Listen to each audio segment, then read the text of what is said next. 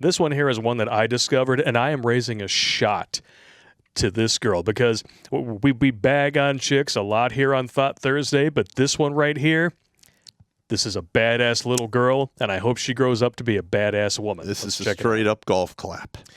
Let's hear it for the kidnapped Alabama girl who chewed out of her restraints and led cops back to her kidnapper and the decomposing bodies in his home. Wow. Police got a call Monday morning from a driver about a 12-year-old girl walking alone along County Road 34 in Dadeville, Tallapoosa County. Sheriff Jimmy Abbott said Tuesday at a news conference the girl had been restrained to bedposts for about a week. She had chewed off her restraints, breaking her braces, and the wrists show marks consistent with restraint. She was given alcohol and beaten about the head and shoulders to stay complacent, and obviously that didn't work for very long. No, I mean, first of all, when you're 12 years old, you have like bionic organs. So, and her kidnapper and a man now facing 3 counts of capital murder and 2 counts abuse of a corpse. No, his name is Jose Paulino Pascual Reyes, 37. Wow. What does that sound like? Huh. That sounds like a name people get south of the border. Oh, no, he's a WASP. Yeah. Oh, okay. That must be it. Yeah, I got you.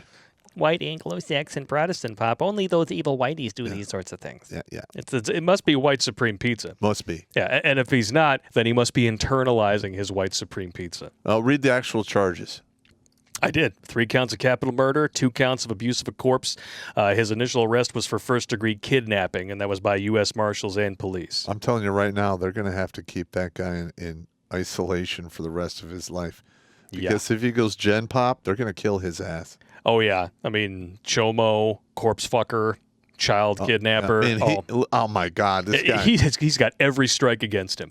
Yeah, and he's got every strike against him. And now the bullseye is on his ass. Yeah, and being the brown face of white supreme pizza, that's not going to help. Thank you, Shark Dentures, for that. That's beautiful. What did he say? He said he called him the brown face of white supreme pizza. That's when you leave it in the oven a little bit too long. You know, you get to crisp up the cheese. The brown face of white supreme pizza. I love it. I love it. Well, that's what they called Larry Elder when he was running for governor out in California, Stan. They called him the black face of white supreme pizza. Yeah, and that whole thing is fucked up out there, man. It's unbelievable. Yeah, well, you find out who the real istophobics are when the chips are down and politics enters the equation with the wrong skin color. Mm-hmm. Then we see what's what. But this is for that little girl. God bless you and Godspeed. Look, I'm sorry you had to go through that, but I'm glad at least one of you escaped the missing wall in the post office. Amen. I mean, outstanding. Like in my novel, the protagonist hunts motherfuckers that does shit like this. Well, hell yeah. Psychically. Why do you think Dexter was such a hit show? I know, but he's worse than Dexter. You mean worse as in better or worse as in worse? In both ways. Gotcha. Like quite literally, like, you know, Dexter is the thing that lost me with Dexter is how, because he somehow was able to like figure these people out by talking to them, and that's it. And then he hunted them and killed them. My guy literally finds objects, reads them, gets images of the dude, finds the corpses, fucking like literally goes through all of the steps using his powers. It was a little more in depth on Dexter than that because he was a forensic scientist. Yeah, so I know. It was about finding evidence that had escaped through the cracks of bureaucracy. Yeah. And which I'm sure there's a lot of people out there who can identify with such things. There's a lot of people out there who should be in jail who aren't, and there's a lot of people who are in jail who shouldn't be. Oh, there's a lot of people who are in the system who are there who should not be. And my heart goes out to those people who are selling marijuana. Yeah, those people in jail for life, for weed. Give me a break. And that's the only bit of sympathy that I can possibly muster for Brittany Griner. Is no one deserves to be in the gulag for 9 years for weed. In this country. Anywhere. Give them a slap on the wrist and send them on their way. If you're at war, you got bigger fucking problems. But I think it's because the United States tried to turn her into a fucking pariah, they decided to send this as a message. Well, a message received. Well, to be honest, we don't really know. Maybe some of that will come out in the next months and years after the fact. Yeah. But quite literally, like, this woman, her life is fucked. Yep. And this is a shining example of why this country is the best country on the fucking planet.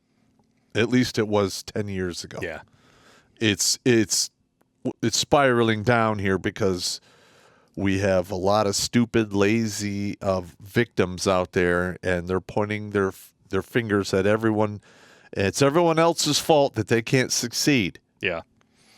Yeah, it's the system's fault. The system is systemically istophobic, so we have to overhaul it by giving it more power without making sure that those overhauls are in place, right? Correct.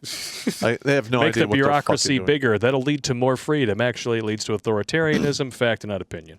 Yeah, and listen, usually that winds up devolving into a two-way rifle range. Yeah. Oh, and I was going to let you know, in the chat, somebody was like, Pop's writing a Dexter novel? Actually, he's written 2. He's currently finishing up the 3rd. If you go on Amazon, you look up the Jericho Files by Terrence Popp, you're going to find both books. Give them a read. Yeah. Do it now. If you go to Amazon, just search my name, Terrence Popp. All my books will show up. Yep, there's 3 books on there, right? Just the right 3. now. Yeah, Warriors Way and the Soldier's Soul, Jericho Files 1 and 2. Yeah, and I have rewritten Warriors Way. It needs to be edited, reformatted for print on demand. And I might pull it off of Amazon and put it somewhere else. I don't know. Yes. So if you guys want to check it out, I'll show you what the listing looks like. This was published in early 2020. Go, Killer of Killers, book 1 of the Jericho Files. Currently available paperback for $15. So check it out. If you don't want to search for it on Amazon, you go to redonkulous.com. There's links on the books page. Yeah, Darren's daughter is doing the first pass. Yeah, Darren's your buddy that passed away, for people who don't know. Yeah, I am. My buddy who passed away, his only daughter is doing the first pass editing. Yeah. So she's read the first 2 books. And I talked to her like 2 days ago. And she goes, yeah, your books, they're pretty fucking good. Now I know how to do stuff like stalk people and make bombs and set up ambushes and how to cover up a fucking crime. Which makes it sound like the anarchist cookbook.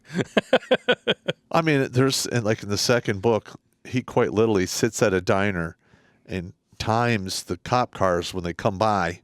Nice. So he knows they're on because, usually police departments patrol in sectors. Yeah.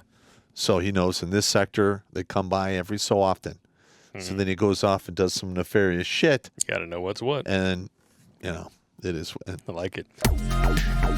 Watch Grunt Speak live every Tuesday and Thursday at 8 p.m. Eastern. And if you'd like to join Pop for Supporter Sundays, consider making a donation on Locals, Patreon, or Subscribe Star.